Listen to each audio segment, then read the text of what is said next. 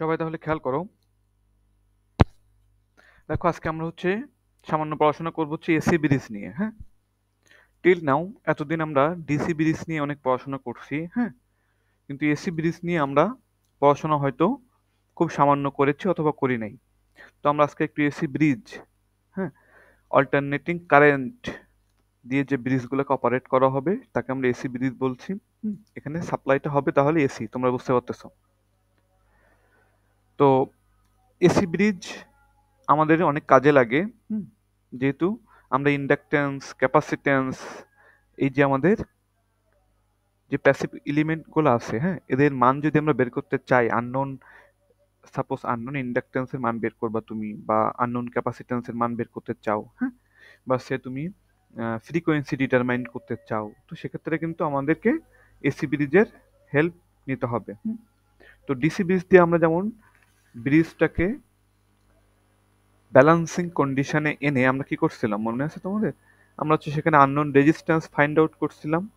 হুম, তো রেজিস্ট্যান্স আমরা খুব সহজে ফাইন্ড আউট করতে পারি ডিসি ব্রিজ দিয়ে, কিন্তু এসি ব্রিজ না হলে আমরা কিন্তু ইন্ডাকটেন্স, ক্যাপাসিট্যান্স বা ফ্রিকোয়েন্সি, হ্যাঁ, এগুলো অ্যানালিসিস আমরা করতে পারবো না।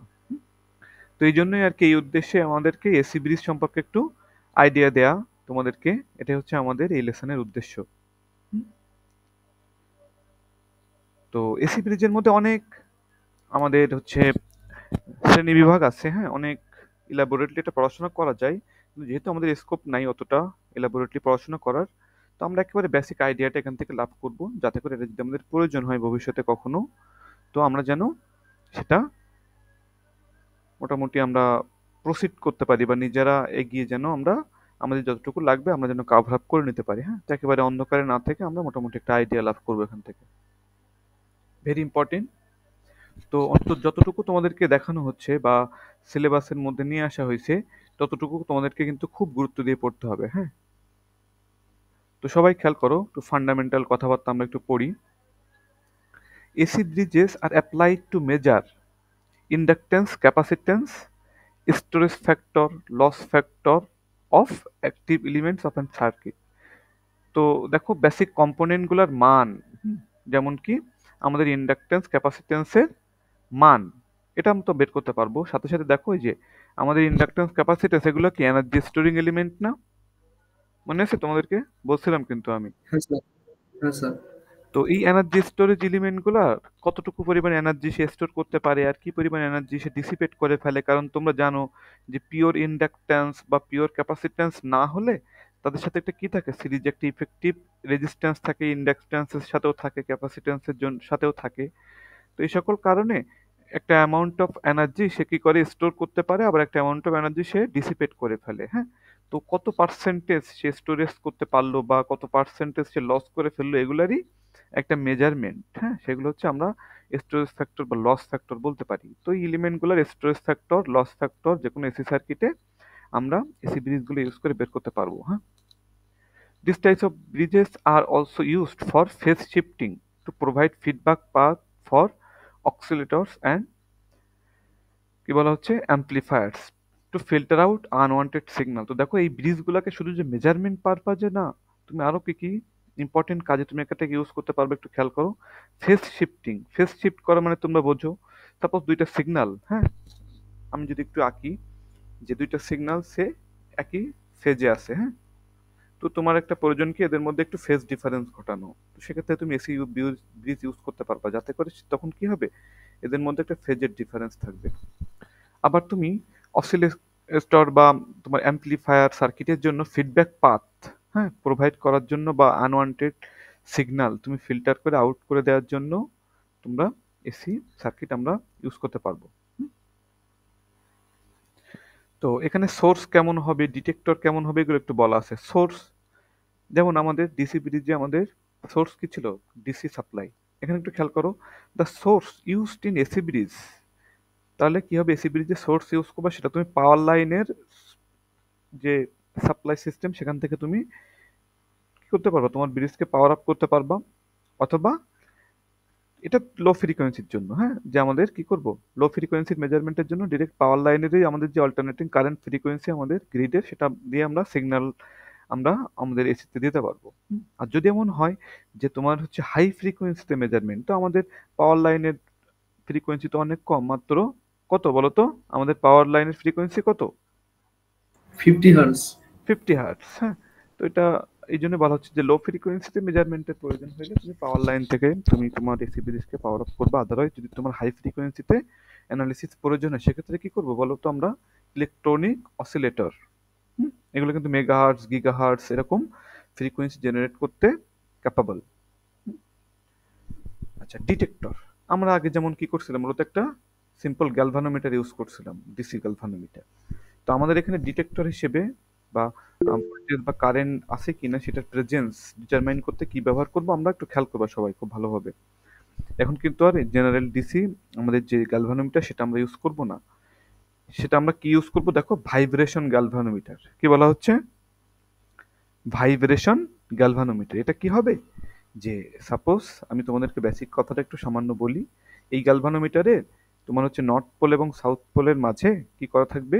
তোমার এরকম একটা সার্কিটকে একটা পুলির ওপর দিয়ে বা একটা সাসপেনশন সিস্টেমের মধ্য দিয়ে এরকম একটা সার্কিটকে তোমাকে এভাবে ঝুলিয়ে রাখা হবে। হ্যাঁ, তো কি হবে যে তোমার সাপোজ ইনকামিং কারেন্টটা বা তোমার মেজার করবা যে কারেন্ট, অল্টারনেটিং কারেন্ট, হ্যাঁ, সেটা তোমার এই সার্কিটে তুমি কি করবা? ফিট করাবা।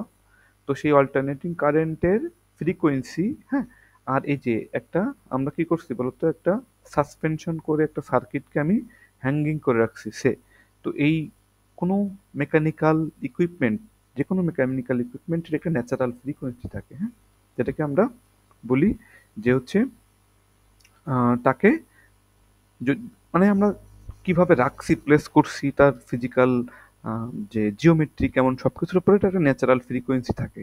তোমরা জানো যে যে কোনো ইকুইপমেন্ট, আমরা আমাদের সামনে যে কোনো ইকুইপমেন্টই দেখি না কেন, যে কোনো বস্তু যত ছোট হোক বড় হোক প্রত্যেকেরই একটা ন্যাচারাল ফ্রিকোয়েন্সি থাকে। হ্যাঁ, যে তাকে কোনোভাবে তুমি যদি ফোর্স দাও তাহলে কি হয়? সে একটা ন্যাচারাল ফ্রিকোয়েন্সিতে সে ভাইব্রেট করতে থাকে। যাই হোক, তো আমাদের এই যে অল্টারনেটিং কারেন্টের ফ্রিকোয়েন্সি, হ্যাঁ, আর আমাদের এই যে মুভিং কয়েল, হ্যাঁ, সেটার ন্যাচারাল ফ্রিকোয়েন্সি যদি সমান হয়, তো সেক্ষেত্রে কি হয়?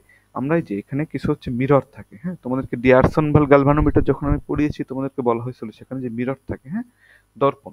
দর্পণ দিয়ে আমরা স্কেলের উপরে আলো ফেলে আমরা হচ্ছে সেখানে ম্যাগনিটিউড বা আমাদের কারেন্ট বা ভোল্টেজ এগুলো আছে কিনা এগুলো আমরা বোঝার চেষ্টা করি। যাই হোক, তো এখানেও একটা দর্পণ থাকে, তো যে ক্ষেত্রে আমাদের ইনকামিং কারেন্টের ফ্রিকোয়েন্সি আর আমাদের ন্যাচারাল ফ্রিকোয়েন্সি অক্সিলেশন ফ্রিকোয়েন্সিটা যদি তুমি সেম করে টিউন করতে পারো, তো সেক্ষেত্রে স্কেলে আমরা সব থেকে বেশি পরিমাণ ডিফ্লেকশন আমরা পেতে পারি।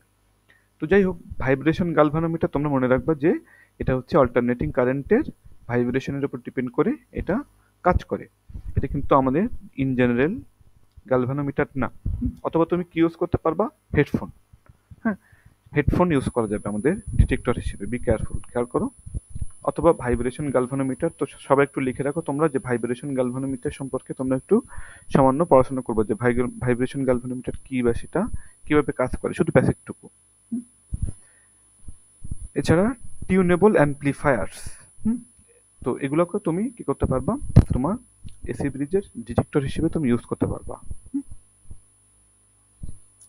আচ্ছা, এখন খেয়াল করো, আমরা এখন general equation of AC bridge, এই যে প্রথম অংশটুকু কিন্তু আমি তোমাদেরকে হাতে ধরিয়ে একটু দেখে দিব, বাকি অংশটুকু কিন্তু সবকিছুই আমরা এই যে জেনারেল ইকুয়েশনের উপর ভিত্তি করেই, হ্যাঁ, সব দেখবে যে একই, সামান্য একটু মডিফিকেশন করা। এই জন্য আমাদের বেসিক জেনারেল ইকুয়েশনটা বোঝাটা খুব ইম্পর্টেন্ট। এই জেনারেল ইকুয়েশনটা পড়িয়েই কিন্তু বাকিগুলো আমি তোমাদেরকে শুধু ফিগার দেখিয়ে কোথায় কি হচ্ছে না হচ্ছে এগুলো আমি বলে দেবো। হ্যাঁ, এই যে প্রত্যেকটা ইকুয়েশন এরকম দেখা যাচ্ছে, মনে হচ্ছে তোমাদের কাছে মনে হচ্ছে এগুলো মনে হয় খুব জটিল। দে আর সো সিম্পল। যদি তুমি শুধু বেসিকটা ভালোভাবে বোঝো, বাকি এগুলো তোমার কিচ্ছু মুখস্থ করা লাগবে না। বিলিভ মি, তুমি জাস্ট সার্কিটটা ড্র করবা নিজের মতো করে, ইকুয়েশন ধরে আগাবা, এই জিনিসগুলো আপনি আপনি চলে আসবে। হ্যাঁ, তো এই জন্যই সবাই খুব ভালোভাবে একটু খেয়াল করবা যে আমাদের জেনারেল ইকুয়েশনটা কিভাবে আমরা ফর্ম করছি, একেবারে আমাদের পরিচিত জিনিস। হ্যাঁ, এই জেনারেল ইকুয়েশনটাও আমাদের নতুন কিছুই না। এটা হচ্ছে আমাদের এর আগে যে গ্যালভানোমিটার দিয়ে আমরা যে আমাদের যে হুইটস্টোন ব্রিজ, হ্যাঁ, সেই হুইটস্টোন ব্রিজ, আর কিছুই না। সবাই একটু খেয়াল করো। আমরা একটু ফার্স্ট সার্কিটটা একটু দেখি যে কোথায় কি আছে, কাকে কি বলা হচ্ছে একটু আমরা দেখি। দেখো ফিগার অন 6 একটা এসি ব্রিজ দেখানো হচ্ছে। তো দেখো এখানে সবাই খেয়াল করবা যে এসি ব্রিজ বলার সাথে সাথে দেখছো এখানে সোর্সটা কিন্তু আমরা এসি ইউজ করছি। Be careful. তো হ্যাঁ, তো এর সাথে দেখো আমাদের এই যে ব্রাঞ্চের, এখন আমরা যেহেতু রেজিস্ট্যান্স বলবো না, যেহেতু আমরা এখন এসি ব্রিজ নিয়ে কাজ করছি। হ্যাঁ, এসিতে আমরা কি বলি বলতো? ইম্পিডেন্স বলি না? মনে আছে তোমাদের? এটা তো আমাদের হ্যাঁ মনে স্যার। কোনো অপশন নাই। ইম্পিডেন্স, ইম্পিডেন্সের মধ্যে কি কি থাকে? রেজিস্ট্যান্স আর কি থাকে বলো? Inductance, capacitance. এই ওগুলা কি ইন্ডাকটেন্স ক্যাপাসিট্যান্স হিসেবে আসে ইম্পিডেন্সের ইকুয়েশনে? ওগুলা কি রিঅ্যাকট্যান্স আকারে আসে না? ইন্ডাকটিভ রিঅ্যাকট্যান্স, হ্যাঁ স্যার, রিঅ্যাকট্যান্স। রিঅ্যাকটেন্স এর আসে। হ্যাঁ, এক্সেল, ইন্ডাকটিভ রিঅ্যাকট্যান্সকে আমরা এক্সেল বলি, ক্যাপাসিটিভ রিঅ্যাকট্যান্সকে আমরা এক্স এক্সি। বলি। এক্সেল ইজ ইকুয়াল টু আমরা কি বলি বলতো? Omega L. X is equal to 1/ওমেগা সি। 1/ওমেগা। এগুলো আমরা জানি, এইগুলোই লাগবে আমাদের, আর কিছুই না। দেখো, তো অনুরূপভাবে আমরা দেখো যে ফার্স্ট ব্রাঞ্চের ইম্পিডেন্সকে জেড ওয়ান বলছি, এটা কি Z two, Z three, Z four, চারটা বাহু, যেটাকে আমরা আগে হুইটস্টোন ব্রিজে R one, R two, R three, R four বলতাম, ঠিক সেরকম। আর এখন দেখো এখানে কিন্তু গ্যালভানোমিটার দেওয়া হচ্ছে না, কি বলা হচ্ছে এখানে? ডিটেক্টর। তো ডিটেক্টর হিসেবে তুমি কি ইউজ করতে পারবে বলো? তোমাকে যদি আমি ভাইভাতে জিজ্ঞাসা করি যে একটা এসি ব্রিজের ডিটেক্টর হিসেবে তুমি কি ইউজ করবে, তুমি কি বলবা? যে স্যার একটি হেডফোন ইউজ করা যাবে, হ্যাঁ, অথবা আমি একটা ভাইব্রেশন গ্যালভানোমিটার ইউজ করতে পারবো, অথবা টিউন করে টিউনেবল যে অ্যাম্পলিফায়ারগুলোকে আমরা ডিটেক্টর হিসেবে এখানে ইউজ করতে পারবো, তাই কি না? এই জন্য কিন্তু এখানে গ্যালভানোমিটার দেওয়া হচ্ছে না, খেয়াল করো। ছোট ছোট জিনিসগুলো একটু খেয়াল করবা, সামান্য পার্থক্যটুকু। স্যার কি কি ইউজ করতে পারবো আরেকবার একটু বলেন স্যার। এগুলো সব এখানে লেখা আছে, দেখো না, মাত্র পড়ে আসছি, তোমরা যখন পড়বা তখন তোমরা আবার এখানে দেখতে পাবা। হ্যাঁ, এই যে দেখো headphone, vibration galvanometer, tunable amplifier, এগুলোকে আমরা ডিটেক্টর হিসেবে ইউজ করবো এসিপিতে। ঠিক আছে? আচ্ছা, তো একটু দেখো তাহলে, এই যে আমরা কি জানি যে চারটা ইম্পিডেন্স কেমন ভাবে শ্রেণীবদ্ধভাবে সাজাতে হবে, জানো কি হয়? প্রথমটা প্রথম প্রান্ত এবং চতুর্থটা শেষ প্রান্ত কি হবে? একসাথে একটা লুপ তৈরি করবে, তাকে আমরা কি বলি? Wheatstone bridge. তো আমাদের এই এসি ব্রিজটা কিন্তু একেবারে হুইটস্টোন ব্রিজের মতো করে আমরা ফর্ম করি। তো এ, বি, সি, ডি, চারটা পয়েন্ট। আর এখান থেকে দেখো টোটাল কারেন্টটা এসে দুইটা ভাগে ভাগ হচ্ছে, আইন, এটা কি I2। আবার এই ব্রাঞ্চের এখানে নাম দিচ্ছে I3, আর এই ব্রাঞ্চের কারেন্টকে আমরা নাম বলছি কি? I4। যদি ব্রিজটা সাম্যাবস্থায় থাকে বা নাল পয়েন্টে থাকে বা ব্যালেন্স থাকে, তাহলে বলো তো ডিটেক্টরের মধ্য দিয়ে কোনো কারেন্ট পাস হবে? হবে না। তো সেক্ষেত্রে কি হবে? I1 আর I3 সমান হবে। অনুরূপভাবে নিচে ব্রাঞ্চের কথা চিন্তা করলে I2 আর I4 কি হবে? ইকুয়াল হবে। সেম আগের মতোই, নতুন কিছুই না। আর এখানে দেখো একটু ভোল্টেজকে ওরা কিভাবে স্পেসিফাই করলো। দেখো, এই যে এই ব্রাঞ্চের যে ভোল্টেজ ড্রপ তাকে E1 বলছে, আর এই ব্রাঞ্চের যে ভোল্টেজ ড্রপ তাকে E3। অনুরূপভাবে এই ব্রাঞ্চ এইখান থেকে এতটুকু, এই ব্রাঞ্চের ভোল্টেজ ড্রপ করা কি বলছে? E2। আর এই ব্রাঞ্চের ভোল্টেজ ড্রপ করা বলছে কি? Z4 এর সাথে মিল রেখে E4। এই হচ্ছে আমাদের ফিগার। টোটাল মোটামুটি আমরা দেখে ফেলছি। তো ফিগারটা কি তোমরা বুঝতে পারছো মোটামুটি? আমরা কি সামনে প্রসিড করব? বুঝতে পারছি স্যার। আচ্ছা, একটু খেয়াল করো। An AC bridge is shown in figure 16 at balance. Balance পয়েন্টে কি হবে বলো তো? ব্যালেন্স পয়েন্ট যদি হয় তাহলে কি হবে? এই ভোল্টেজ আর এই ভোল্টেজ দুই সাইডের ভোল্টেজ সেম হবে। সমান হবে। এই জন্য আমরা কি লিখতাম? ইয়ন ইজ ইকুয়াল টু E2।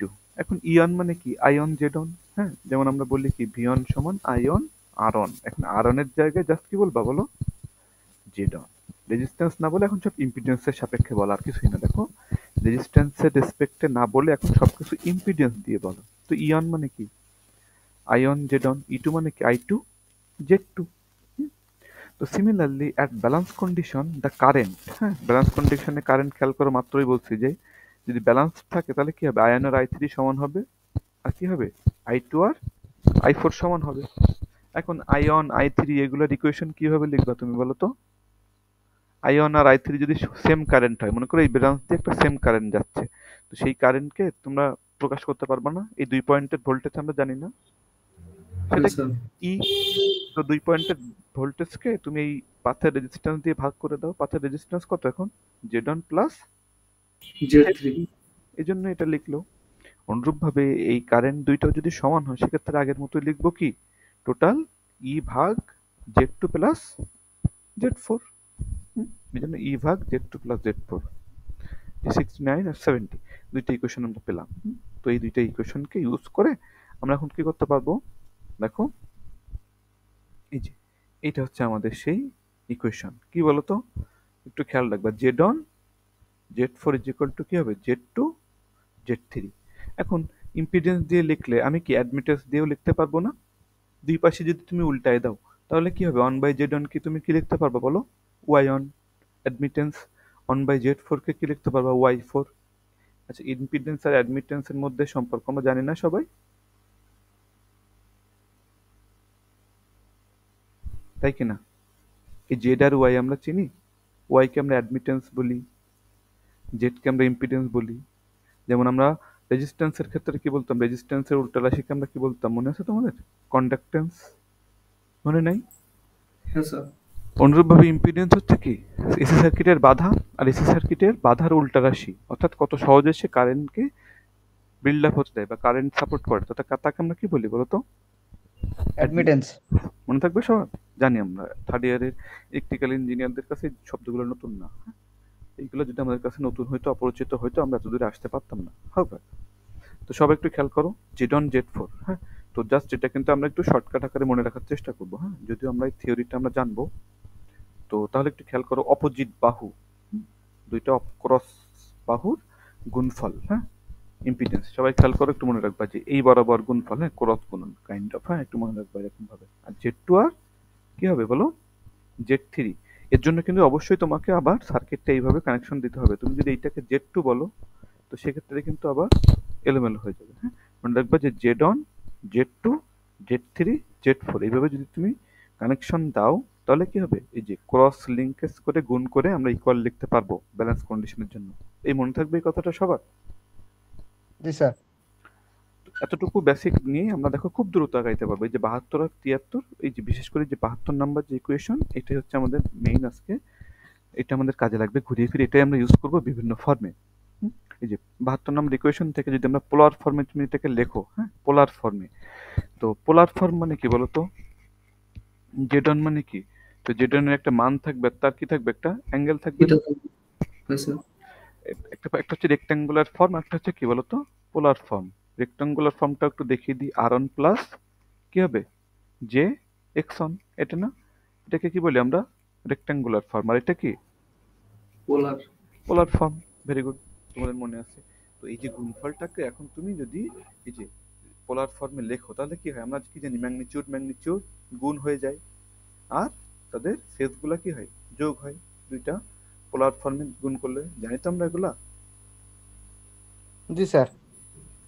আচ্ছা, এগুলাতে যদি ফেজার অ্যালজেব্রা বা আমাদের এই যে কমপ্লেক্স অ্যালজেব্রাতে যদি সমস্যা থাকে, আবার কিন্তু আমাদেরকে একটু দেখে নিতে হবে। এই জিনিসগুলোতে কিন্তু আমাদের কোনোভাবেই 0.5 সেকেন্ডের জন্য বেঁধে গেলে চলবে না, হ্যাঁ, এগুলো থেকে আমাদের ক্রিস্টাল ক্লিয়ার থাকতে হবে। হবে, দেখো এই যে জেড টু আর জেড থ্রি, তাহলে কি হবে, এই ম্যাগনিটিউড দুইটা কি হবে, ডিরেক্ট গুণ হবে, আর ফেজ দুইটা কি হবে বলো, যোগ হবে। যোগ হবে। যদি ভাগ হতো তাহলে কি হতো, এই যে ম্যাগনিটিউড দুইটা ভাগ হইতো আর তাহলে এখানে বিয়োগ বিয়োগ হইতো। বিয়োগ হতো স্যার।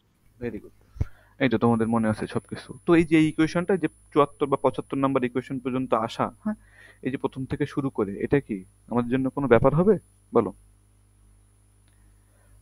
এটার জন্য কিন্তু আমাদের জন্য কোনো ব্যাপারই না, হ্যাঁ। এই যে দেখো, আগের পেজে আমরা 74 75 পর্যন্ত আমরা দেখে এসেছিলাম, তারপরের থেকেই দেখো এখানে শুরু হচ্ছে কি, ইফ।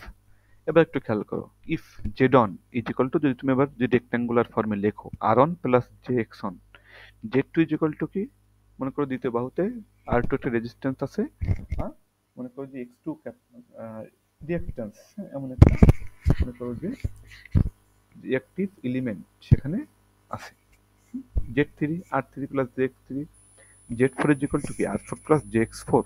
তাহলে যে জেড ওয়ান আর জেড ফোর এর এই মানগুলো এখানে বসিয়ে দিয়ে যে গুণ করে আমরা যদি ডান পাশ বাম পাশ যদি আমরা কি করি, কিছু অ্যালজেব্রিক ম্যানিপুলেশন করি, হ্যাঁ, এগুলো কিন্তু একই, তা কিন্তু বারবার প্রত্যেকটা জানা আছে, হ্যাঁ। তো দেখো অ্যাট লাস্ট এই যে এই মানগুলো কি করা হয়েছে বলো তো, এটা জেড অন, এটা কার মান, জেড ফোর এর মান, এটা কার মান বলো, জেড টু, Z2 আর Z3। Z3 এর মানগুলো বসিয়ে জাস্ট মাল্টিপ্লাই করে এই লাইনটা পাওয়া। এই লাইনটা এত বড় লাইন কি আসে এগুলো কিন্তু কিচ্ছু মুখস্থ করবো না আমরা, নট এ সিঙ্গেল লাইন, সব আমরা গুণ করে করে আমরা ম্যাথামেটিক্সের নিয়ম অনুযায়ী আগাবো, আর কিছুই না। তো দেখো, equating real and imaginary part of equation 77, এই যে ইকুয়েশনটা আমি এনসার্কেল করলাম, এইখানে দেখো যদি তুমি রিয়েল পার্ট এবং ইমাজিনারি পার্ট আলাদা করো, রিয়েল পার্ট কই বলো তো এই ইকুয়েশনের লেফট হ্যান্ড সাইডে রিয়েল স্যার পার্ট। আর ওগুলো সব রিয়েল। ওই যে যে এর বাদে যে অংশটা ওইটা। হ্যাঁ, তাহলে কি হবে, এইটা আর এইটা কি হবে, ইকুয়াল হবে না? হ্যাঁ স্যার। অনুরূপভাবে এটা আর এটা ইমাজিনারি পার্ট, এই জোড়া আর এই জোড়ার ইকুয়াল হবে। তো তোমরা এটা খুব সহজেই এগুলোকে আমরা লিখতে পারবো। তো লিখতে যদি আমরা পারি তাহলে দেখো, খেয়াল করো, এই যে দুইটা আমরা লিখলাম এখন, রিয়েল পার্ট এবং ইমাজিনারি পার্ট, আমরা কি করলাম এখন আলাদা করে ফেললাম। তো আলাদা করলে কি হবে, equating real and imaginary part equation of 80, অর্থাৎ এই ইকুয়েশনের ইমাজিনারি পার্ট আর রিয়েল পার্ট আলাদা করলে তুমি চাইলে তুমি আর1 কে যদি তুমি মনে করো যে আননোন রেজিস্ট্যান্স আর1 বের করবো, এই বাহু ইন্ডাক্টেন্স এবং তার ইফেক্টিভ রেজিস্ট্যান্স দুইটাই তুমি ফাইন্ড আউট করে ফেলতে চাচ্ছ, সেম। তো আর1ও তুমি বের করতে পারবা, এল1ও তুমি বের করতে পারবা। তো খেয়াল করো এখানে এই যে 78, 79, এরপর 80, 81, এই ইকুয়েশনগুলো কিন্তু সব সিরিয়ালি আছে এখানে, একটার পর একটা ইকুয়েশন, শুধু অ্যালজেব্রিক ম্যানিপুলেশন এক জায়গা থেকে এক জায়গায় মান বসিয়ে দেয়া অথবা দুই সাইড ইকুয়েশনকে ইকুয়ালাইজ করা, এই ছাড়া কিন্তু নতুন এখানে কিছুই নাই। এ পর্যন্ত আসা যাবে, জেনারেলাইজ ইকুয়েশন পর্যন্ত আমরা আসতে পারছি। দেখো, এক বাহুতে আননোন ইম্পিডেন্স অর্থাৎ জেড, জেড মানে কি বলো, আর1 প্লাস জে এক্সন। তো এই যে আর1 আর এক্সন, এক্সন তার মধ্যে কে লুকিয়ে আছে বলো, সে আমাদের ইন্ডাক্টেন্স এল অন। এটাকে কিন্তু আমরা চাইলে যে কোনো একটা বাহুর আননোন ইম্পিডেন্সকে আমরা ফাইন্ড আউট করে নিয়ে আসতে পারি, এবং ওই ইম্পিডেন্সকে আরো একটু যদি আমরা পোস্টমর্টেম করি, তার মধ্যে কে লুকায় আছে, একটা রেজিস্টিভ কম্পোনেন্ট আর1, আর মনে করো সে একটা ইন্ডাকটিভ কম্পোনেন্ট, অথবা মনে করো এখানে ক্যাপাসিটিভ কম্পোনেন্ট সি1, সে যদি এখানে থাকতো, সেটা দিয়ে তুমি যদি মডেলিং করলে তোমার ইকুয়েশনে কি চলে আসতো বলো তো, এলনের জায়গায় সি1 চলে আসতো না, সব জায়গায় আসতো কি না? এখানে যেমন আমরা এলন ধরে এটাকে মডেলিং করছি, ধরে নিছি যে জেড অন সমান আর1 প্লাস জে এক্স অন। তো এটাকে আমরা যেভাবেই মডেলিং করবো, এখানে যদি এলন না ধরে সি অন ধরে মডেলিং করতাম, তো লাস্টে এখানে আমরা কি খুঁজে পাইতাম বলো তো, এটা ক্যাপাসিট্যান্স খুঁজে পাইতাম না, আননোন। এভাবে হ্যাঁ আমরা স্যার। কি করবো, আমাদের যে কোনো আননোন প্যারামিটার যেটা আমরা ডিটারমাইন করতে চাই, সেই কম্পোনেন্টকে আমাদের ব্রিজের যে কোনো একটা বাহুতে কি করব, আমরা রাখবো, রেখে ব্রিজটাকে আমরা কি করব, ব্যালেন্স কন্ডিশনে নিয়ে আসবো। তারপরে কি করবো, এই যে যেরকম ভাবে ইকুয়েশন আমরা ইকুয়ালাইজ করছি এভাবে লিখে লিখে অ্যাট লাস্ট আমরা কি করতে পারবো, আমাদের আননোন ক্যাপাসিটেন্স বা ইন্ডাক্টেন্স যাই বলো তার মান আমরা বের করে নিয়ে আসতে পারবো। তো এতক্ষণ পর্যন্ত যে আমরা ইন জেনারেল ইকুয়েশন করছি, দেখো আমি কিন্তু কিছুই বলি নাই যে আমি ইন্ডাক্টেন্স নির্ণয় করবো বা আমার ক্যাপাসিটেন্সটা আননোন আছে, কিছুই বলি নাই, জাস্ট কি করছি, একটা in general step by step আমরা একটা থিওরিটা বুঝে নিলাম। তো এই যে এসসি ব্রিজের জেনারেল ইকুয়েশন, এই অ্যানালিসিসটাকে বোঝা গেছে, এই এতটুকু পড়িয়ে যদি আমি বলি তোমাদেরকে, যে বাকিটুকু তোমরা নিজেরা পড়ে নেবা, বিলিভ মি এগুলো তোমরা নিজেরাই এখন পড়তে পারবে। তো যাই হোক, আমি তবুও একটু তোমাদেরকে দেখিয়ে দিব ধরে ধরে। এই পর্যন্ত থেকে আসতে পারছো সবাই? স্যার একটা কোশ্চেন ছিল স্যার। হ্যাঁ, স্যার আমার আননোন রেজিস্ট্যান্স কিংবা ক্যাপাসিট্যান্স যেটা ইউজ করি স্যার, ওইটার ভ্যালুটা আমার বাকিগুলোর সমান নাও হইতে পারে, অর্থাৎ ব্যালেন্স নাও হইতে পারে। তাহলে স্যার আমি সবসময় ব্যালেন্স ধরেই কেন ইকুয়েশনগুলো বের করতেছি স্যার? এই আমরা ধরে নিচ্ছি না যে ব্যালেন্স কন্ডিশনে গেলে কি হবে, ব্যালেন্স কন্ডিশনে তুমি সে নিয়ে যাইতে পারছো, একটা না কোথাও তো ব্যালেন্স কন্ডিশনে আসবে, তাই না? তো আমি যখন এই যে কোনো একটা বাহুকে আমি যখন ভ্যারিয়েবল রাখবো, ভ্যারিয়েবল রেখে সেইটাকে যখন আমি ভ্যারাই করবো একটু একটু করে, তো সে কি হবে, আদার্স বাহুগুলো যদি ফিক্স থাকে, তো তার একটা ভ্যালুর জন্য কি হবে, আমাদের এই ব্রিজটা ব্যালেন্স কন্ডিশনে আসবে না? অবশ্যই। তো সেই ব্যালেন্স কন্ডিশনটা পেলে দেন আমরা তো এই ইকুয়েশনগুলোকে এভাবে লিখতে পারবো। আমরা তো আগে ব্যালেন্স কন্ডিশনটা স্যাটিসফাই করে নিব, তারপরেই আমরা ইকুয়েশনগুলো এভাবে ইউজ করতে পারবো। বুঝতে পারছো?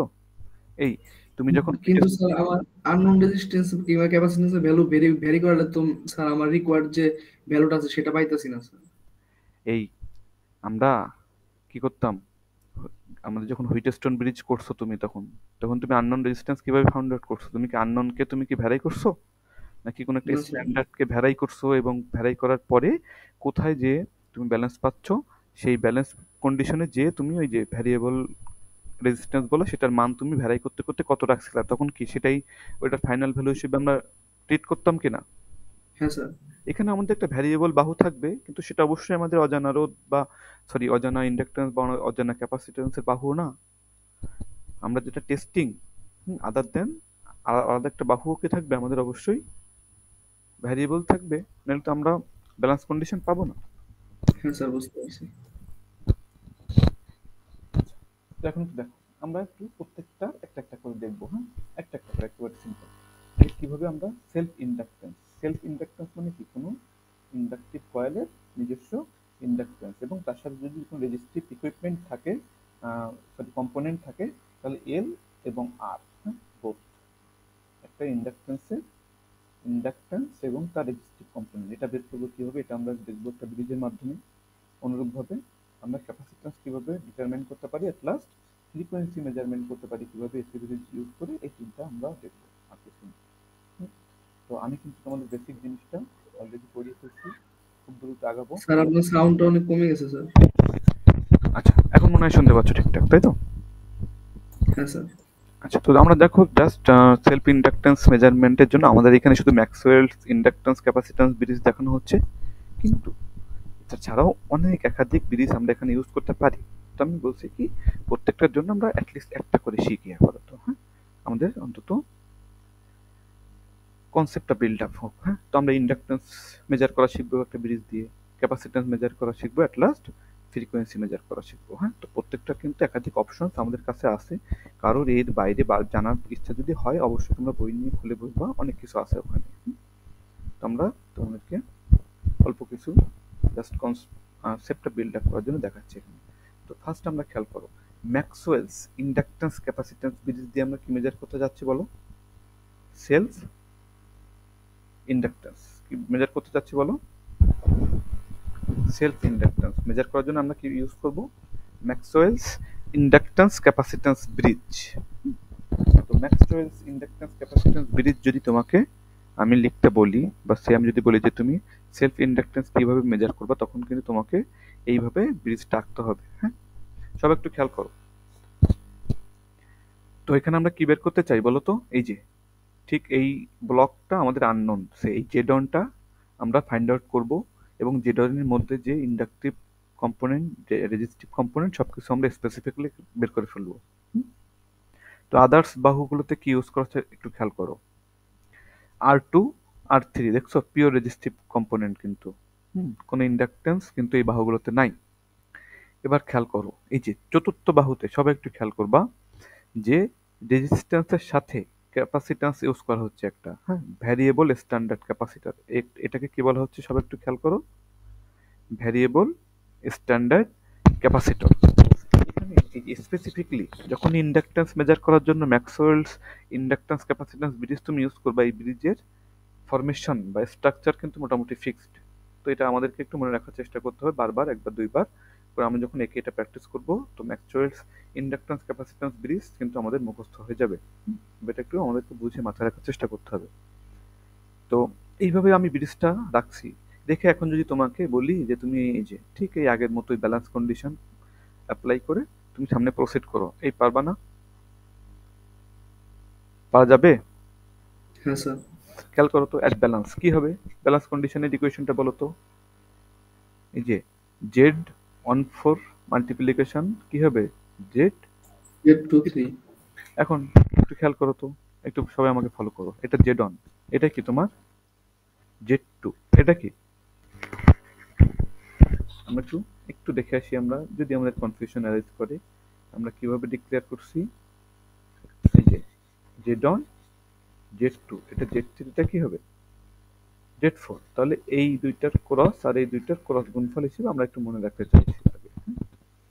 আচ্ছা, এখন একটু এখানে একটু দেখি তো আমাদের এটা মেলে কিনা।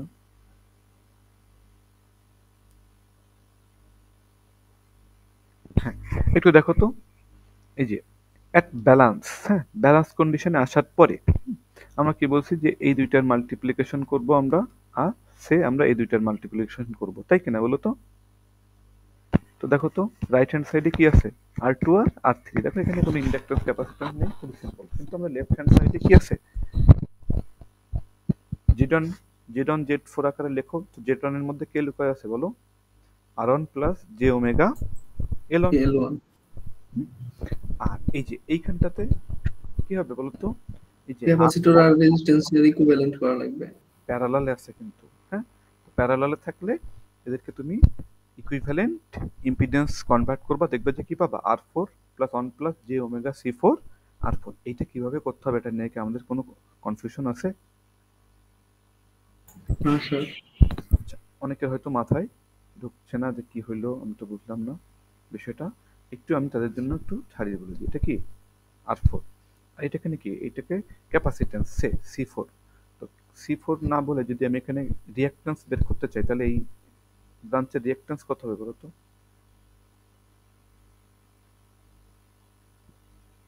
এরকম না? হ্যাঁ স্যার। এখন R4 R 1 by omega C4 এই দুটোকে প্যারালাল হিসেবে একবার গুণ করবা। কি R4 উপরে কি হয়, গুণ হয়, নিচে কি হয়, একবার যোগ হয় না? দুইটার রেজিস্ট্যান্স হোক, দুইটা যা খুশি হোক, তাদের যদি আমি কি বের করতে চাই, ইকুইভ্যালেন্ট রেজিস্ট্যান্স হোক বা ইম্পিডেন্স বের করতে চাই, তাহলে কি হয়, একবার গুণ হয়, একবার নিচে কি হয়, যোগ হয় না? এই তাই তো নাকি? হ্যাঁ sir. R4 plus 1 by omega C4, এইটাকে তুমি সিম্পলিফাই করবা যে তুমি এটা খুঁজে পাবা। এগুলো তোমাদের পড়ার প্রয়োজন হয় না, যেহেতু আমরা এতদিনে এসব জিনিস করতে করতে আমরা এক্সপার্ট হয়ে গেছি। আচ্ছা, তো আর বাকি অংশটুকু আমার মনে হয় না বললেও চলবে। এই যে গুণ করে আমরা কি করবো, at last real part imaginary part, right hand সাইডে থাকবে কি রিয়েল পার্ট, আর কি থাকবে জে এর সাথে ইমাজিনারি পার্ট। এই হচ্ছে আমাদের টার্গেট, আর কিছু না। এরপরে কি করবো আমরা, equating real and imaginary part, অর্থাৎ কি এই পাশের R1 আর R4 কি হবে, এই দুইটার সমান হবে, আর এই জোড় পরস্পর কি হবে, জে এর জে সহ তাদের ইকুয়ালাইজ করলে তারাও সমান হবে। এই যদি তুমি সমান করো, তাহলে কি এই যে R1 সমান কি লিখতে পারবা, R2 R3 বাই কি হবে, R4। আর এই দুইটা ইকুয়ালাইজ করলেও তুমি কি পাবা, R2 R3 ইন্টু কি হবে, C4।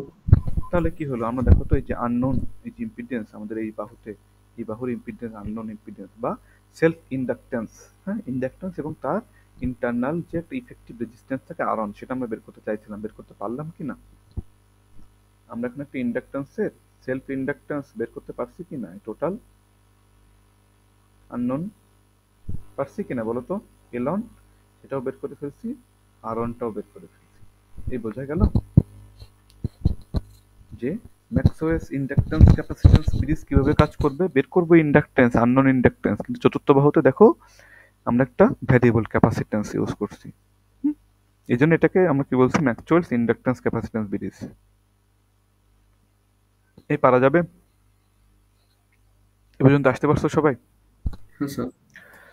আচ্ছা, এখন একটু খেয়াল করো, কিউ ফ্যাক্টর। কিউ ফ্যাক্টর কি বলো তো?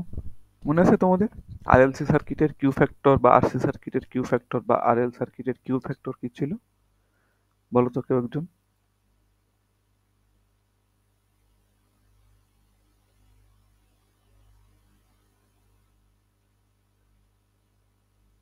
মনে নাই স্যার।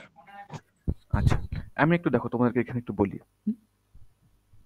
কিউ ফ্যাক্টর কি, যে দ্য কোয়ালিটি ফ্যাক্টরকে আমরা অনেক সময় সংক্ষেপে কিউ ফ্যাক্টর বলি, হ্যাঁ। The quality factor is a ratio of resonant frequency to bandwidth. তো এই যে দেখো, এই যে রেজোন্যান্ট ফ্রিকোয়েন্সির সাথে ব্যান্ডউইথের একটা সম্পর্ক কিন্তু আমরা এখান থেকে পাই। তোমরা এর আগে হয়তো দেখে আসছো এরকম, তোমরা এর আগে এরকম কোনো কিছু দেখে আসছো না রেজোন্যান্ট সার্কিটে? তো আমরা কি বলতাম, রেজোন্যান্ট ফ্রিকোয়েন্সি, আর এই যে একটা নির্দিষ্ট রেঞ্জ কাট অফ ফ্রিকোয়েন্সি হিসেবে আমরা ডিক্লেয়ার করতাম, এটাকে আমরা কি বলতাম, ব্যান্ডউইথ। মনে আছে তোমাদের একটু একটু এরকম কোনো ফিগার আছে কি? হ্যাঁ স্যার। হ্যাঁ স্যার। এই যে তোমার এই যে রেজোন্যান্স ফ্রিকোয়েন্সিকে, হ্যাঁ, তোমার ব্যান্ডউইথ দিয়ে ভাগ করলে তুমি কি পাও, কিউ কিউ ফ্যাক্টর পাই সার্কিটের, হ্যাঁ। একে কিন্তু বিভিন্নভাবে আমরা সংজ্ঞায়িত করতে পারি। তো তোমার ব্যান্ডউইথ যত কম হবে তোমার সার্কিটটার কত কিউ ফ্যাক্টর তত বেটার না? তার মানে কি তত তোমার সার্কিটটা বেশি সিলেক্টিভ না, তাই কি না? যে অনেক বড় রেঞ্জ হলো আর সেখান থেকে তার মধ্যে একটা রেজোন্যান্স ফ্রিকোয়েন্সি খেয়াল করো, আর অনেক ছোট রেঞ্জ, হ্যাঁ, তার মধ্যে তোমার রেজোন্যান্স ফ্রিকোয়েন্সি। তাহলে কোন সার্কিটের সিলেক্টিভিটি বেটার, এটার নাকি এটার পরেরটার? তো ব্যান্ডউইথ যত কম হবে সেই সার্কিটের কি পাই আমরা তত সিলেক্টিভিটি ভালো পাই বা কিউ ফ্যাক্টর ভালো পাই। তো এটাকে যেমন আমরা ফ্রিকোয়েন্সি এবং ব্যান্ডউইথ দিয়ে বলতে পারি, আবার স্টোরেজ এনার্জি দিয়েও বলতে পারি। দেখো, it relates the maximum or peak energy stored in the circuit to the energy dissipated during each cycle of oscillation, অর্থাৎ each সাইকেলে কি পরিমাণ এনার্জি সে স্টোর করে আর কি পরিমাণ এনার্জি সে ডিসিপেট করে এটার একটা অনুপাত, সেটাও কিন্তু সার্কিটের কিউ ফ্যাক্টর আমরা বলতে পারি। তো কিউ ফ্যাক্টরকে আমরা এনার্জি দিয়েও বলতে পারি, আবার কি ব্যান্ডউইথ দিয়েও বলতে পারি। তো এনার্জি দিয়ে যদি বলো তাহলে কি হবে বলো তো, সে ডিসিপেট করবে বেশি নাকি স্টোর করবে বেশি? স্টোর করবে না বেশি? হাই কিউ ফ্যাক্টর কোন একটা সার্কিটে, তার মানে কি ওই সার্কিট টোটাল এনার্জির বেশি অংশ স্টোর করতেছে নাকি বেশি অংশ ডিসিপেট করে দিচ্ছে বলো তো? সূত্রের কথা বাদ দাও, আমরা একটু কনসেপ্ট নিয়ে কথা বলে দেখি। একটা হাই কিউ ফ্যাক্টর সার্কিট, সেটা তার এনার্জির বেশি অংশ পার সার্কেলে কি করবে, স্টোর করবে বেশি নাকি ডিসিপেট করবে বেশি?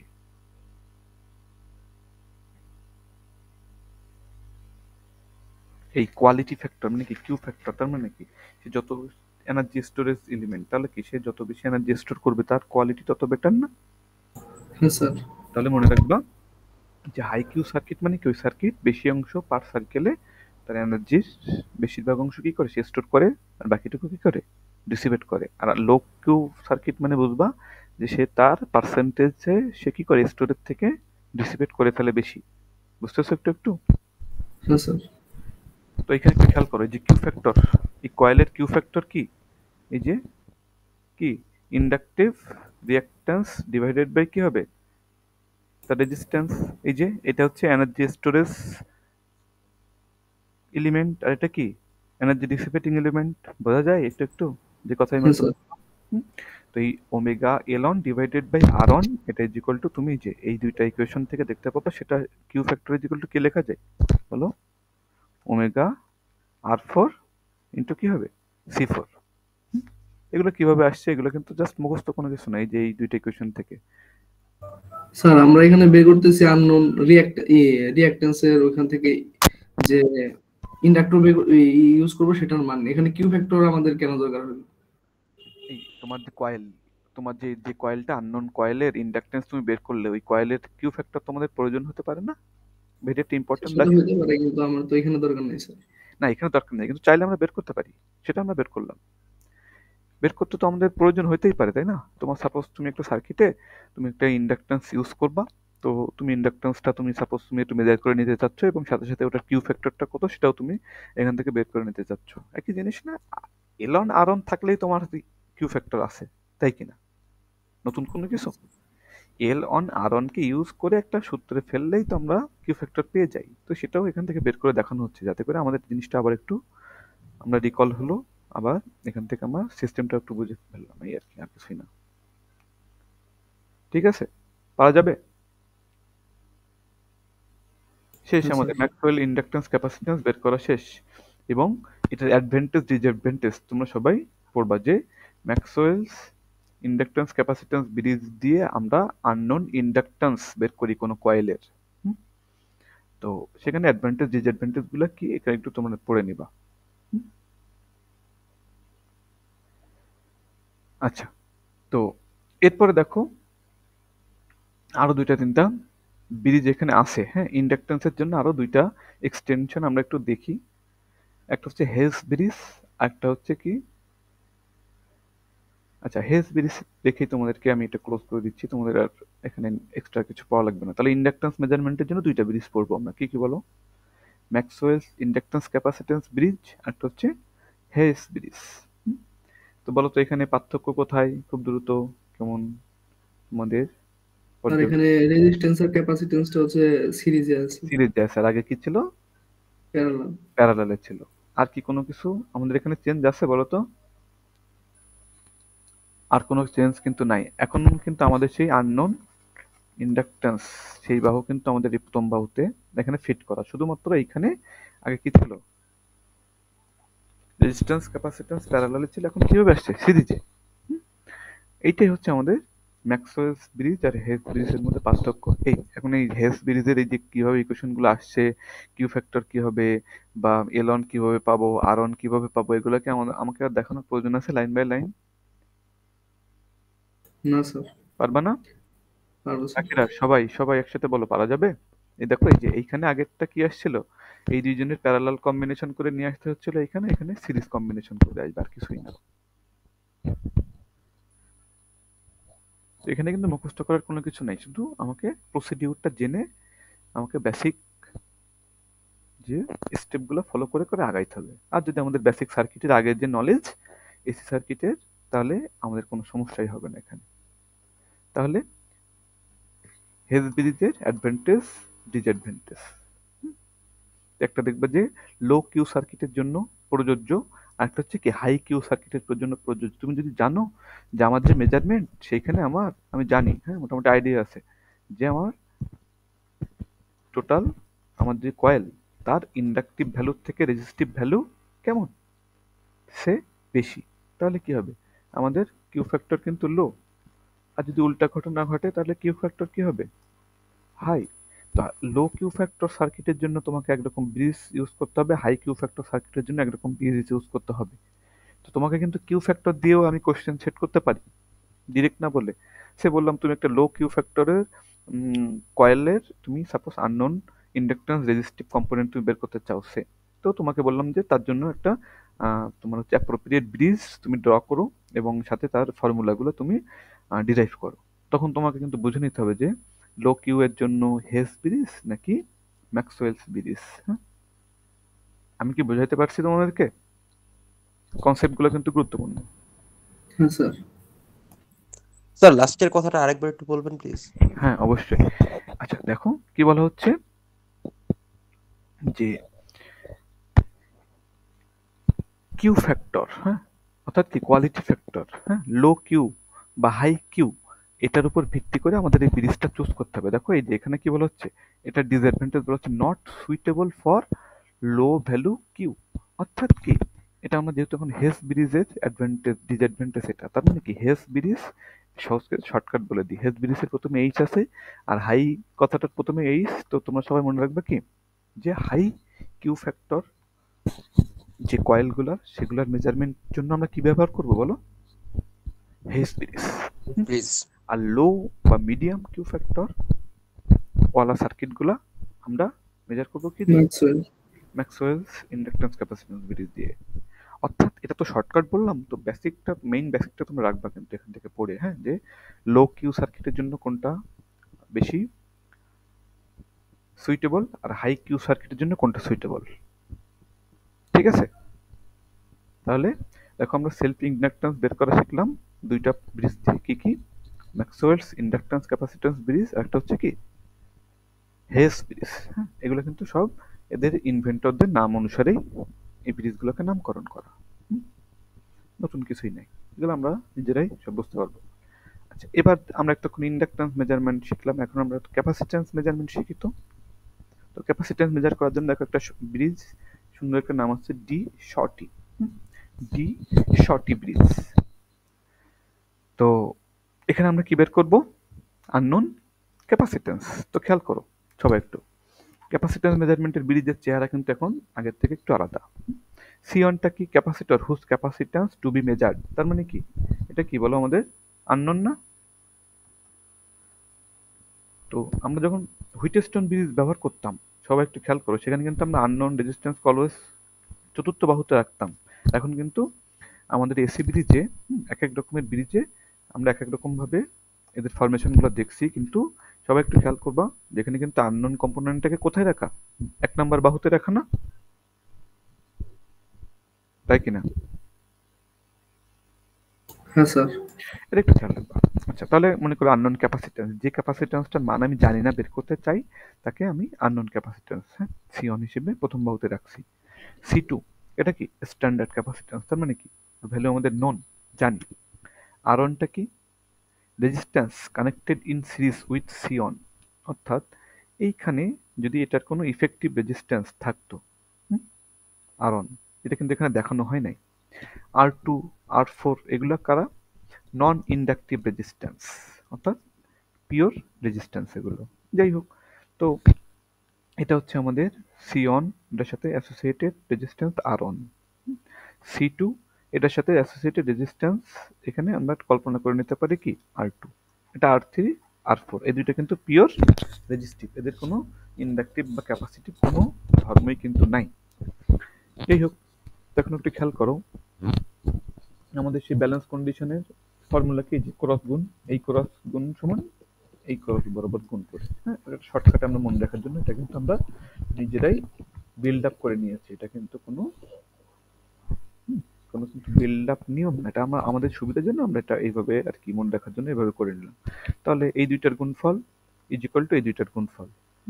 তো জেড অন মানে কি আছে এখন বলো, সি অন আছে না, এখানে কি রেজিস্ট্যান্সের কোনো ভ্যালু দেখানো হচ্ছে, রেজিস্ট্যান্সের ভ্যালু 0 দেখানো হয়েছে না এখানে, আর অনের ভ্যালু 0 দেখানো হয়েছে কিনা এখানে, তাহলে আর অন কিন্তু এখানে আমাদের হিসাবের মধ্যে আসছে না। খেয়াল করো, জেড অনের জন্য কি আসলো 1/ω সি অন, আর জেড ফোর মানে কি R4, জেড টু মানে কি 1/ω C2, আর জেড থ্রি মানে কি R3। তো এখান থেকে সি কে বামে আনলেই কি আমি আননোন ক্যাপাসিট্যান্সের মান পেয়ে যাচ্ছি এখান থেকে, খুব সহজ না? হ্যাঁ স্যার। তো এটা কি একটুখানি খেয়াল করো, দো the circuit is simple it is used only for lossless capacitor, আমাদের এটা লসলেস ক্যাপাসিটর না, এটা যেহেতু এখানে রেজিস্ট্যান্সের কোনো ভ্যালু নাই, হ্যাঁ, ক্যাপাসিট্যান্সের কোনো ইফেক্টিভ রেজিস্ট্যান্স আমরা এখানে বিবেচনা করিনি, তার মানে কি এটা লসলেস পিওর ক্যাপাসিট্যান্স না। হ্যাঁ হ্যাঁ তো স্যার। টি শর্টি ব্রিজের যে ফরমেশনটা আমরা এইমাত্র দেখলাম, এটা একমাত্র কোন ক্ষেত্রে প্রযোজ্য বলো, পিওর ক্যাপাসিট্যান্স মেজারমেন্টের জন্য। হ্যাঁ, যদি যদি আমাদের এখানে পিওর ক্যাপাসিট্যান্স না হয়, অর্থাৎ এখানে এই যে আর অন এর ভ্যালুটা যদি 0 না হয়, এটা দেন আমরা কি করব, মডিফাইড ডি শর্টি ব্রিজ, অর্থাৎ ডি শর্টি ব্রিজটাকে একটু কি করা হবে, সামান্য একটু মডিফাই করা হবে। দেখো R3 আর R4 এর চেহারা যেমন আছে তেমনই আছে, সবাই একটু খেয়াল করো। আর এখন কি হয়েছে, এখানে যেমন লসলেস বা পিওর ক্যাপাসিট্যান্স ছিল, লসলেস বা পিওর ক্যাপাসিট্যান্স ছিল, এখন সেটা কি হয়েছে, এখন পিওর ক্যাপাসিট্যান্স কিন্তু না, হ্যাঁ, লসি ক্যাপাসিট্যান্স। অর্থাৎ কি এই C1 এর সাথে একটা কি আছে বলো, লস কম্পোনেন্ট আছে, C2 এর সাথে একটা লস কম্পোনেন্ট আছে। খেয়াল করো সবাই, এতটুকু হচ্ছে পার্থক্য, আর কোনো কিছু পার্থক্য না। অনুরূপভাবে সেই একইটা এই ক্রস গুণ করে, তো এখন কি হবে, জেড অন মানে কি কি বলতো, এখন জেড অন এর মধ্যে কি কি আছে বলতো, ক্যাপাসিট্যান্স, পিওরের ক্যাপাসিট্যান্স মান C1 তার সাথে তার লস কম্পোনেন্ট, হ্যাঁ, এটা কিন্তু ক্যাপাসিট্যান্সের নিজের অংশ স্মল আর অন। খেয়াল করো, আর এই যে ক্যাপিটাল আর অন এটা হচ্ছে সার্কিটের রেজিস্ট্যান্স, এটা আমরা নিজেদের কানেক্ট করছি, হ্যাঁ, আউটার সার্কিট থেকে।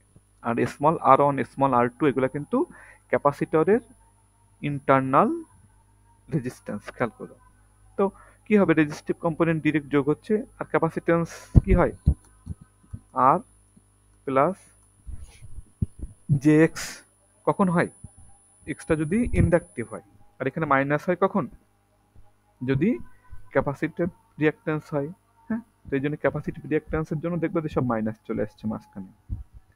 এই আর এই যে বাকি মানগুলো কিভাবে আসছে এগুলো কি আমাকে বলা লাগবে, বলো, না স্যার। নিজেরা পারা যাবে, নিজেরা কিন্তু তোমরা এগুলো পারবা,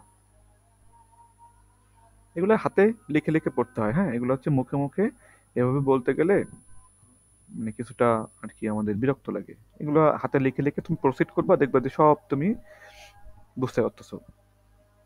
তো ঠিক সেই আগের মতোই আমরা কি করব, অ্যালজেব্রিক ম্যানিপুলেশন করে আমরা দেখা যাচ্ছে কি করব, আমাদের ইমাজিনারি পার্ট রিয়েল পার্ট আলাদা করে হোক, বা সাবস্টিটিউশন মানে কি এক জায়গার ইকুয়েশন থেকে মান বের করে নিয়ে এসে আরেক জায়গায় ইকুয়েশনে বসানো, এরকম ভাবে বিভিন্ন অ্যালজেব্রিক ম্যানিপুলেশন, আর কিছুই না, সেটা করে আমরা কি করতে পারবো, এখান থেকে আমরা আমাদের আননোন ক্যাপাসিট্যান্সের মান along with its resistive value আমরা এখান থেকে বের করে নিয়ে আসতে পারবো। তো এই হচ্ছে আমাদের ডি শর্টি ব্রিজের একটি এক্সটেনশন ছিল। আর অ্যাট লাস্ট আমাদের আছে দেখো মেজারমেন্ট অফ ফ্রিকোয়েন্সি। তুমি কিভাবে ফ্রিকোয়েন্সি বের করবা, কোন একটা আননোন ফ্রিকোয়েন্সি সে তুমি মেজার করতে চাও, তো আননোন ফ্রিকোয়েন্সি আমরা কিভাবে বের করতে পারবো এটা এখান থেকে আমরা দেখতে পারবো। তো এখানে দেখো নতুন নতুন কিছু তোমাদের চোখে পড়তে পারে, যে ডি, ক্যাপিটাল ডি, এগুলো কি বলতো? এদের কি সুন্দর নাম আছে কিন্তু, কি বলতো? Dissipation factor. কোন ক্যাপাসিটরের dissipation factor, loss factor, store factor, এগুলা কি আমরা বলছি না একটু আগেই? তো ডিসিপেশন ফ্যাক্টর হচ্ছে আমাদের একটা রাশি, যেটা আমাদের কম্পোনেন্টের গুণাগুণ, সেটা কতটা ভালো বা কতটা খারাপ বা কোন পারপাজে তাকে আমরা ইউজ করব, হ্যাঁ, তার জন্য একটা একটা প্যারামিটার ডিসিপেশন ফ্যাক্টর। হ্যাঁ, তো ডিসিপেশন ফ্যাক্টর বের করে এখানে আমাদেরকে আর কি অ্যানালিসিসটা দেখানো হয়েছে। হ্যাঁ, তোমরা একটু দেখবা এটা। তো এখানে একটু দেখো ফাইনাল আউটকাম একটু কি বলছে, আমি একটু পড়ি। Dissipation factor of one capacitor can be obtained if it is known of other, অর্থাৎ অন্য একটা ক্যাপাসিটরের যদি তোমার ডিসিপেশন ফ্যাক্টর জানা থাকে, তাহলে তোমরা এই ব্রিজ ইউজ করে একটা আননোন বাহু, সেটা বা আননোন ক্যাপাসিটরের কি বের করতে পারবা, ডিসিপেশন ফ্যাক্টরটা তোমরা ফাইন্ড আউট করতে পারবা। However, due to difference between R1 R4 over R3, অর্থাৎ এই রাশি আর R2, এই দুইজনের যে difference, this method does not give accurate measurement of dissipation factor. তো এই যে দুইজনের বিয়োগফল ব্যবহার করা হচ্ছে, এই বিয়োগফলের মধ্যে যদি কোনো আনসার্টেনিটি থাকে, তো সেক্ষেত্রে কি হয়, আমরা ডিসিপেশন ফ্যাক্টরে কিছুটা ইরর চলে আসে, সেই কথাটা এখানে বলে। যাই হোক, এগুলোতে নিয়ে আমাদের এখন মাথা ঘামিয়ে লাভ নেই, জাস্ট আমরা থিওরিটিক্যাল ব্যাকগ্রাউন্ডটা আমরা একটু ক্লিয়ার হবে এখান থেকে, এবং কিভাবে ইকুয়েশনগুলো ফর্মুলেট করতে হয়, ইকুয়েশনগুলো কিভাবে ম্যানিপুলেট করতে হয়, এগুলো আমরা এখান থেকে বুঝতে পারবো। এখানে কিন্তু কোনো কিছুই মুখস্থ করার মতো কিছুই নাই। আবারও বলছি, কিন্তু এটা তোমরা লিখে লিখে ফিগার এঁকে জাস্ট এই যে এই ইকুয়েশন দিয়ে শুরু করবা, আর সবকিছু তুমি নিজেরাই মান বসিয়ে বসিয়ে তোমরা এগুলোকে বের করে নিয়ে আসতে পারবো। তো আমরা আজকে দেখো সেলফ ইন্ডাকটেন্স বের করা শিখছি দুইটা, ম্যাক্সওয়েলস ব্রিজ, একটা কি মনে আছে?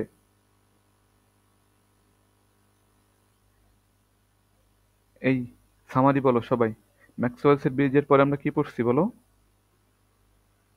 ইন্ডাকটেন্স বের করার জন্য? হেইজ ব্রিজ। হ্যাঁ, হেইস ব্রিজ পড়ছি আমরা। হ্যাঁ, তো একটা এর মধ্যে আবার একটা ক্লাসিফিকেশন ছিল, হ্যাঁ, লো কিউ ফ্যাক্টর, হাই কিউ ফ্যাক্টরের উপরে ডিপেন্ড করে এটা আমরা চুজ করতে পারবো। আর ক্যাপাসিট্যান্স মেজার করার জন্য একটা মাত্র ব্রিজ আমরা দেখছি, কি বলতো সেটা? De Sauty bridge. হ্যাঁ, দেখো সব ইনভেন্টরদের নাম অনুসারে এখানে নাম দেওয়া আছে, আমরা একটু মনে রাখবো। আর ফ্রিকোয়েন্সি মেজারমেন্টের জন্য আমরা পয়েন্টস ব্রিজ ইউজ করবো। হ্যাঁ, কি ব্রিজ বলো?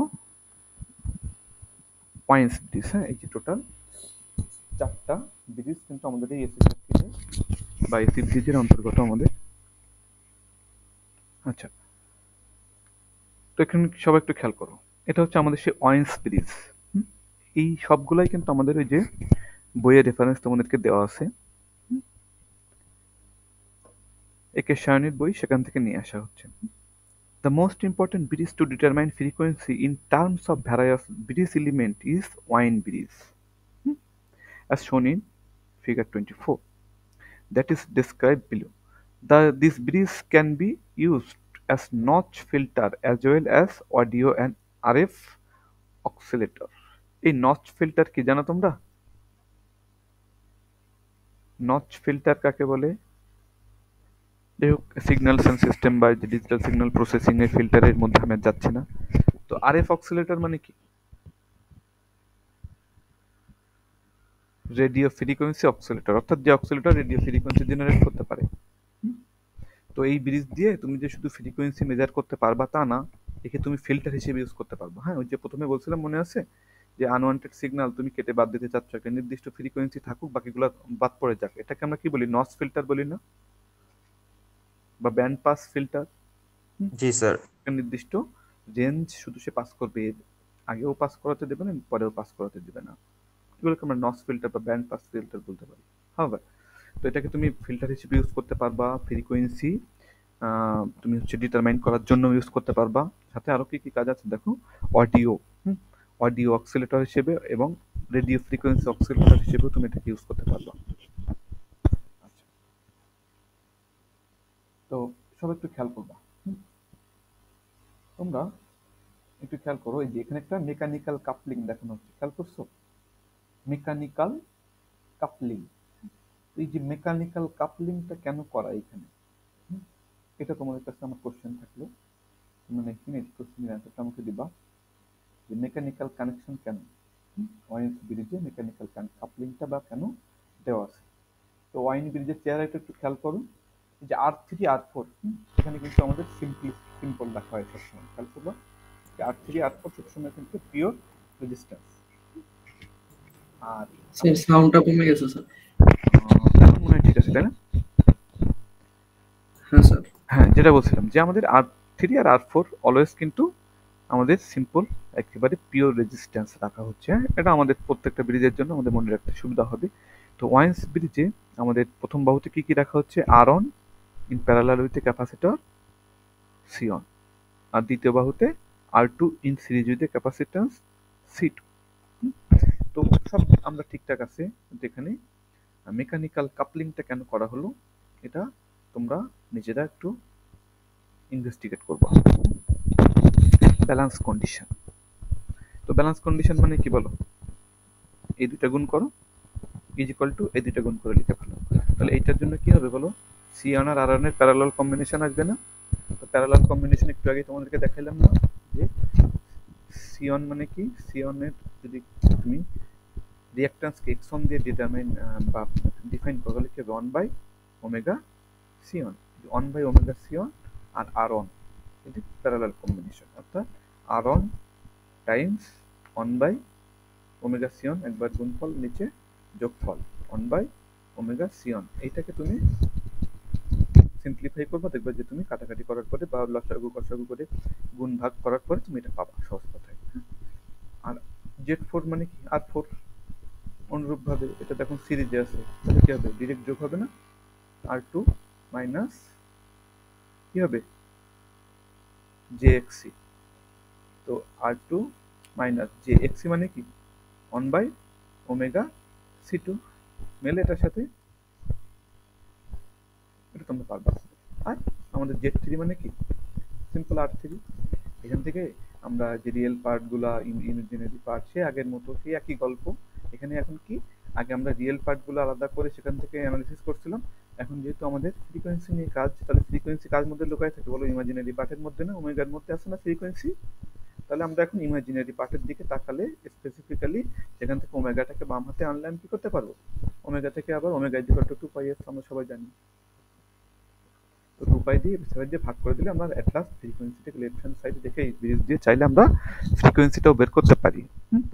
এবং একটা লাস্ট কেস, বিশেষ কেস এখানে বলা আছে, দেখো in most Wien's bridge the components are so chosen that R1 is equal to R2 is equal to কি একটা সিঙ্গেল রেজিস্ট্যান্স R, এবং ক্যাপাসিট্যান্সের মান দুইটাও আমরা ইকুয়াল রাখার চেষ্টা করা হয়। সেক্ষেত্রে C1 is equal two C2 is equal to, যদি তুমি C ধরো তাহলে এই যে এই ইকুয়েশনটা দেখো আরো অনেক সিম্পলিফাই হয়ে যাচ্ছে। হ্যাঁ, R1 আর R2 এর জন্য কি লিখবা তুমি, দুইটাকে যদি R হয় তাহলে কি হবে, এখানে কি চলে আসতো বলো তো, R1 আর R2 সমান, তাহলে দুইটাকেই আর বলি তাহলে কি হবে, দুইটা আর গুণ হয় আর স্কয়ার। C1 আর C2 গুণ আকারে আছে, দুইজনের মান সমান C, তাহলে এইখানে একটা C বসাও, এইখানে একটা C বসাও, গুণ করলে কি হয়ে যেত C স্কয়ার। তো এই স্কয়ার রুটের সাথে আলটিমেটলি লাস্টে আর স্কয়ার C স্কয়ারের স্কয়ার কাটাকাটি যে আমি এই ইকুয়েশনটা পেতাম। কখন, যখন R1 R2 is equal two R এবং C1 C2 is equal two একটা ক্যাপাসিট্যান্স C। তো সেক্ষেত্রে আমাদের ক্যাপাসিট্যান্সের ফর্মুলাটা এরকম এসে দাঁড়ায়। তো এইগুলো কিন্তু নতুন কিছুই না, এই যে আগের পেজের সেইগুলাই আবার এখানে নিয়ে এসে আবার একটু এক্সট্রা কিছু কথাবার্তা এখানে বলা আছে সম্পর্কে। এই হচ্ছে মোটামুটি আমাদের এসি ব্রিজের টোটাল। সবাই একটু লিখে রাখো যে তোমাদেরকে কিন্তু আমি মডিফাইড ডি সঠিক ব্রিজ, হ্যাঁ, এটার কিন্তু প্রত্যেকটা ইকুয়েশন বা ডিস্ট্রিবিউশন ফ্যাক্টর এগুলো কিন্তু আমি হাতে ধরে আর বলি নাই, এটা তোমরা নিজেরা প্র্যাকটিস করবা, লিখে লিখে তোমরা অবশ্যই পারবা। এবং ওয়েন্স ব্রিজের ফ্রিকোয়েন্সি মেজারমেন্টের জন্য যে ওয়েন্স ব্রিজ আমরা ইউজ করি, এখানে মেকানিক্যাল কাপলিং কেন করা হয় এটা একটু তোমরা ফাইন্ড আউট করবা। আর এই হচ্ছে মোটামুটি আমাদের এসি ব্রিজের সিলেবাস। এখানে আমরা নতুন কিছু আর এখানে অ্যাড করতে চাচ্ছি না। পরের দিন আমরা কি পড়বো তোমাদেরকে একটু বলি, ভয় পাওয়ার কিছুই নেই। পরের দিন আমাদের মেইনলি রিভিউ ক্লাস। হ্যাঁ, নতুন টপিক আমাদের প্রায় শেষ, এটা তোমরা অলরেডি আগে পড়ছো বা তোমাদেরকে যে ওপেন এন্ডেড এক্সপেরিমেন্ট দিয়েছি তোমাদেরকে এটা পড়া লাগতেছে। জাস্ট কিছুই না, এই যে এই পদ্ধতিটা পড়বো আমরা। হ্যাঁ, ফল অফ পটেনশিয়াল মেথড। এই দেখো আমরা হচ্ছে আর্থের রেজিস্ট্যান্স কিভাবে বের করতে হয় এটা আমরা শিখবো। যে ইলেকট্রোড, এগুলো কি ইলেকট্রোড, হ্যাঁ, মাটিতে পুঁতে পুঁতে এগুলো আমাদেরকে বের করতে হয়। তো এখানে আমরা এরকম একটা গ্রাফ পাই, এটা ইউজ করে আমরা আর্থ রেজিস্ট্যান্স বের করি। হ্যাঁ, তো fall of potential method, earth resistance বের করার জন্য এটা আমরা শিখবো, একটাই মাত্র মেথড। আর লোকালাইজেশন কেবল ফল্ট, কোনো কেবলে কোথাও ফল্ট হলো, হ্যাঁ, তো কত দূরে ফল্ট হলো, কোথায় ফল্ট হলো, লোকালাইজেশন জায়গাটা খুঁজে বের করার জন্য আমরা দুইটা খুবই ইম্পর্টেন্ট আমাদের এখানে পদ্ধতি আছে। দেখো, মোরে লুপ টেস্ট, একটা হচ্ছে ভার্লি লুপ টেস্ট। এই দুইটা আমরা পরের দিন পড়বো, খুব সিম্পল, জাস্ট এই যে 3-4 পেজ আমাদের নেক্সট ক্লাসের জন্য থাকলো এখানে। এই যে জাস্ট এই এতটুকুই, এই যে 3-4 পেজ, এর সাথে হচ্ছে আমাদের একটা রিভিউ ক্লাস হবে নেক্সট ক্লাসে। সবাই একটু খুব ভালোভাবে খেয়াল করো, আমাদের নেক্সট ক্লাস হবে একটা রিভিউ ক্লাস। হ্যাঁ, অনলাইনে হবে, কিন্তু এটার অ্যাটেন্ডেন্সটা তোমাদের কাছ থেকে আমি হার্ড কপিতে নেব। তো সেটা আমি হচ্ছে তোমাদের যেদিন প্রজেক্ট শোকেছি ওদিন তোমাদের আমি হার্ড কপিতে অ্যাটেন্ডেন্সটা নিয়ে নিব। তো অবশ্যই অবশ্যই কিন্তু আমাদের নেক্সট ক্লাসে সবাইকে প্রেজেন্ট থাকতে হবে। এবং সবাই একটু খেয়াল করবা যে আমাদের টিল নাও, আজ পর্যন্ত যতগুলা ক্লাস হয়েছে সবগুলা ক্লাসের যে টপিকগুলো পড়ানো হয়েছে টিল নাও, যে কোনো টপিকসে, হ্যাঁ, আমাদের যদি প্রবলেম থাকে তাহলে আমরা নেক্সট ক্লাসে সেটা আমরা কি করব, প্রবলেমগুলোকে আমরা সলভ করব।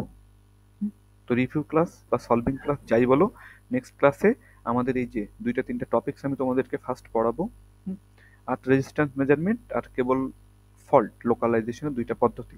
এরপরে আমরা রিভিউ ক্লাস করবো একটা, এবং এটার অ্যাটেন্ডেন্স কিন্তু আমরা হার্ড কপিতে সংরক্ষিত হবে এবং এটা ডিপার্টমেন্টে আমরা সাবমিট করব। তো সবাই নেক্সট ক্লাসে অবশ্যই সিলেবাসের প্রথম থেকে শেষ পর্যন্ত সম্পূর্ণ জিনিসটা একবার চোখ বুলাই আসবা, কোথাও কোনো সমস্যা বা জিজ্ঞাসা কারো কোথাও কোনো কিছু বলা লাগবে কিনা সেটা সবাই দেখে আসবা। স্যার নেক্সট অনলাইন ক্লাসটা শুরু হওয়ার 2-1 ঘন্টা আগে একটু রিমাইন্ডার দিয়ে দিন স্যার। হ্যাঁ, আমরা নেক্সট ক্লাসটা আমরা চাইলে কিন্তু আগামীকাল বা পরশু দিনই আমরা কমপ্লিট করে ফেলবো। হ্যাঁ, আমরা আর ওয়েট করবো না, আমরা সিলেবাসটা কমপ্লিট করে তোমাদেরকে গুছিয়ে দিতে চাচ্ছি খুব দ্রুত। তো তোমরা মাথায় রাখো আগামীকাল অথবা পরশু আমাদের শেষ ক্লাসটা হবে, এবং ওটা হচ্ছে আমাদের রিভিউ ক্লাস প্লাস এই যে 2টা ছোট টপিক আমাদের বাকি আছে এটা আমরা ওখানে কভার করে নিব। আর আজকের পড়াশোনা মনে হয় না কারোর কোথাও সমস্যা আছে। হ্যাঁ, এসি ব্রিজ আমরা মোটামুটি এতটুকু পর্যন্ত আমরা পড়বো, এর বেশি আর আমরা এখান থেকে আপাতত আর কিছু আমরা অ্যাড করতে যাচ্ছি না। বুঝতে পারছো সবাই? জি স্যার। হ্যাঁ স্যার। তো আজকের ক্লাসে নিয়ে কারোর কোনো কমেন্টস বা কোনো জিজ্ঞাসা কোনো কিছু?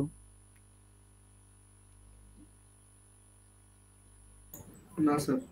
আচ্ছা, থ্যাংক ইউ।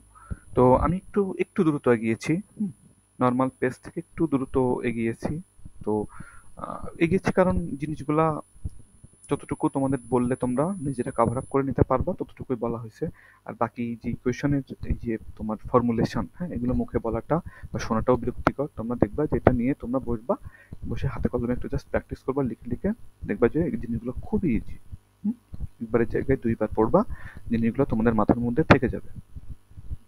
তো যে পয়েন্টগুলো বললাম, যে কিউ ফ্যাক্টরের উপর ভিত্তি করে কখন আমরা কোন ব্রিজটাকে আমরা চুজ করব, বা আমরা টি শর্টি ব্রিজ, হ্যাঁ, এটাকে কখন আমরা মডিফাইড টি শর্টি ব্রিজ ইউজ করব, কখন আমরা আমরা একেবারে বেসিক টি শর্টি ব্রিজটা ইউজ করতে পারবো, এগুলা। আর আমাদের ফ্রিকোয়েন্সি মেজারমেন্টের জন্য তো আমরা কোনো ভ্যারিয়েশন পড়ি নাই, একটাই মাত্র ব্রিজ পড়ছি। এটাই খুব ভালোভাবে আমরা প্রথম থেকে শেষ পর্যন্ত একেবারে সার্কিট থেকে শুরু করে প্রত্যেকটা ব্রিজের সার্কিট থেকে শুরু করে ইকুয়েশন যেভাবে ফর্মুলেট করা হয়েছে এবং প্রত্যেকটা ডেসক্রিপটিভ কথা আমরা খুব মনোযোগ দিয়ে পড়বো এবং শিখবো এখান থেকে। এতটুকু হচ্ছে তোমাদের প্রতি আমার আর কি ডিরেকশন টিল নাও। আর নেক্সট ক্লাস সবাই সিলেবাসের প্রথম থেকে শেষ পর্যন্ত দেখে আসবা, পড়াশোনা করে আসবা। চাইলে কোথাও কোনো সমস্যা কনফিউশন থাকলে আমরা ওখান থেকে সেগুলো আমরা আলোচনা করব। তো এই হচ্ছে টিল নাও আজকের ক্লাস।